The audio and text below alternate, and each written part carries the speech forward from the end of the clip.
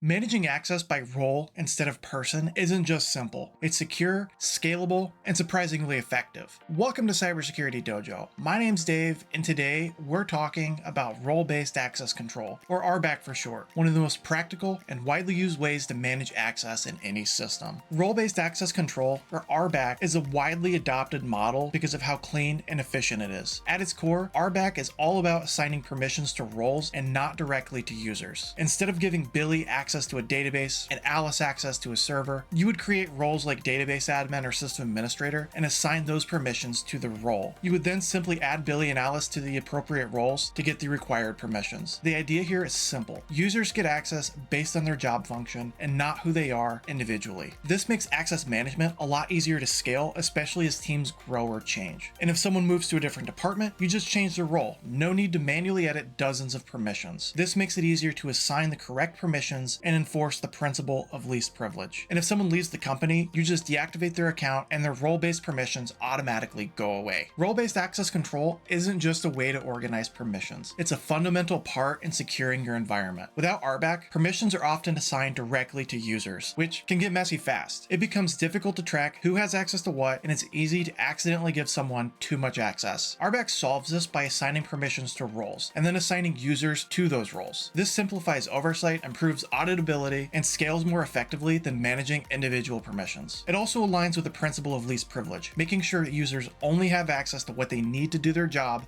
and nothing more. Whether you're managing a cloud platform, an internal database, or an HR system, RBAC helps reduce human error, limit risk from insider threats, and simplify onboarding and offboarding. That consistency makes it easier to scale and maintain access over time. Let's go through a quick example of how role-based access control works in a real-world setting. Imagine you work for a hospital. You've got different roles: doctors, nurses, billing staff, and IT administrators. Each role is assigned a set of permissions based on what they need to do their job. A doctor might have access to patient records and medical history, but not billing data or system settings. A nurse can update patient vitals, but can't prescribe medication. The billing team can see financial records, but not medical charts. And an IT admin can manage the system, but doesn't have access to patient records or billing. Users are granted access based on their role, not individually, which makes management easier while still ensuring users don't have more access than they need. This kind of setup improves efficiency, reduces risk, and keeps things flexible. When someone switches departments, their access automatically updates when you assign them a new role. Even though RBAC is simple in concept, it's easy to get wrong in practice. Here are a few common pitfalls to watch out for. First, role explosion. This happens when you create too many roles for too many use cases, like HR read-only with audit log access, or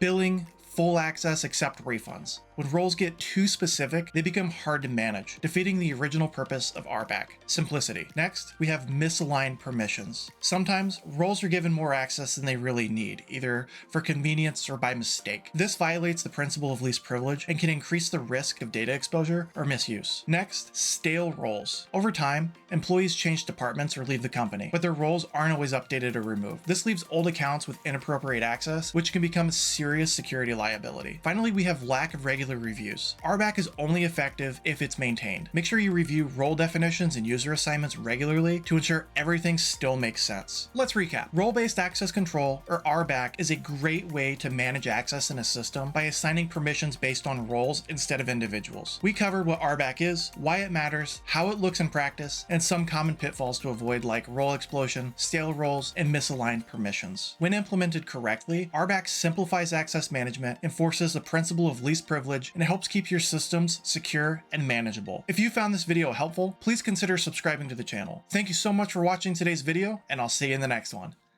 Take care.